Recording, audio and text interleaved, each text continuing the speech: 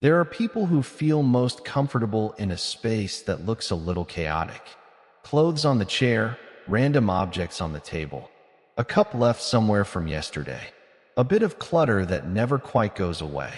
And while the world might judge them quickly, calling them lazy, unorganized, or careless, the truth is much deeper, much more human, and honestly, far more relatable than most people admit.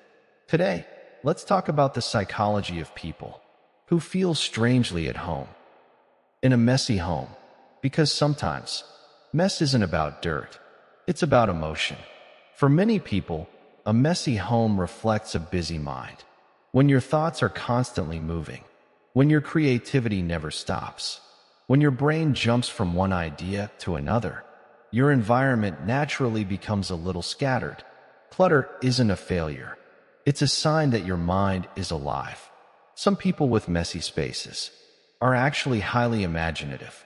They think in layers, connect ideas quickly, and feel emotions intensely. Their home becomes a physical version of how their mind works. Not linear, not minimal, but full of depth and movement. To them, a perfectly clean home feels empty, unreal, too quiet, almost like a place they don't belong. A bit of mess makes the space feel lived in, real, warm, and full of personality. There are also people who grew up with constant pressure to be perfect. Perfect grades, perfect behavior, perfect house, perfect image. So now, as adults, they let their home be imperfect because it's one of the few places where they don't have to perform. Their clutter is not carelessness. It's freedom, a small rebellion against a life where they were always watched, always judged, always expected to be good. A messy house becomes the only space where they can finally exhale. Some people keep a messy home because they prioritize other things: their mental health, their relationships, their passions, their rest, their survival. When you're tired, when life is heavy, when your mind is overloaded, cleaning doesn't feel urgent. Staying functional does. And there is absolutely nothing wrong with that. A messy home doesn't mean a messy heart. Sometimes it means someone is carrying too much. In silence, there are also people who simply don't emotionally see mess the way others do. Their brain filters it out. It doesn't stress them. It doesn't overwhelm them. It doesn't trigger anxiety. They can step over clothes, walk past dishes, and still feel completely at peace. To them, mess isn't chaos. It's comfort. Their home feels warm because it feels real. And then there's a powerful psychological truth. Some people live in messy homes because they are deeply sentimental. They attach emotions to objects, memories to old items, stories to things most people would throw away. Letting go feels like losing a piece of themselves. So things accumulate. Slowly, gently, unintentionally. Their home isn't messy. It's full of memory. But here is the most important part.